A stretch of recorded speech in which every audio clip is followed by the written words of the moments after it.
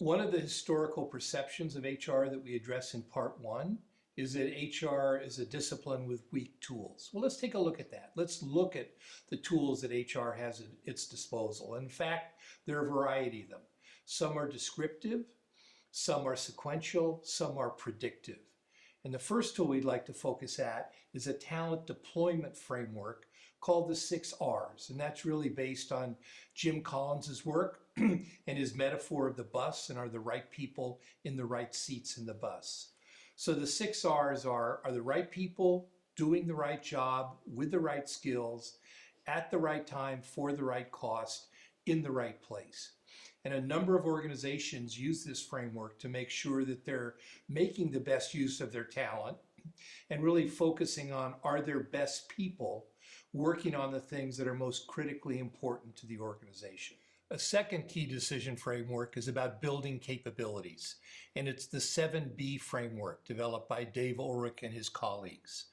And the 7Bs are buy, build, borrow, boost, bounce, and bind. And the seventh B is balance, which is in many ways the most important one because it talks about what percentages of each should be used in a particular situation. We see this applied in areas like what's the percentage of employees versus contingent workers in an organization, both what is and what should it be. And we also see it applied in terms of future leaders in the organization. Do we build those leaders or do we buy them from outside? And what should be the right balance, or what should be the right percentage going forward? So the 7Bs are a very useful way to think about how to deploy talent and build capabilities within the organization. The third framework is about building enduring success, and it's called the human capital value chain. And it's based on the work of James Heskett from Harvard, as well as Lori Basie. And its main theme is to be successful in the marketplace, you have to first be successful in the workplace.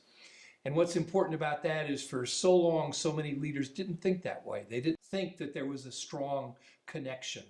And what we've seen here is that there is a very strong connection between workplace success and success in the marketplace. And the fourth and final framework that we'll look at today is about building successful workplaces. And it's called the Engagement, Collaboration, and Retention Model. And it's based on about 2 decades of research on engagement and high performance workplaces. And it's about HR becoming a force multiplier, where we create contexts in which talent and people can flourish.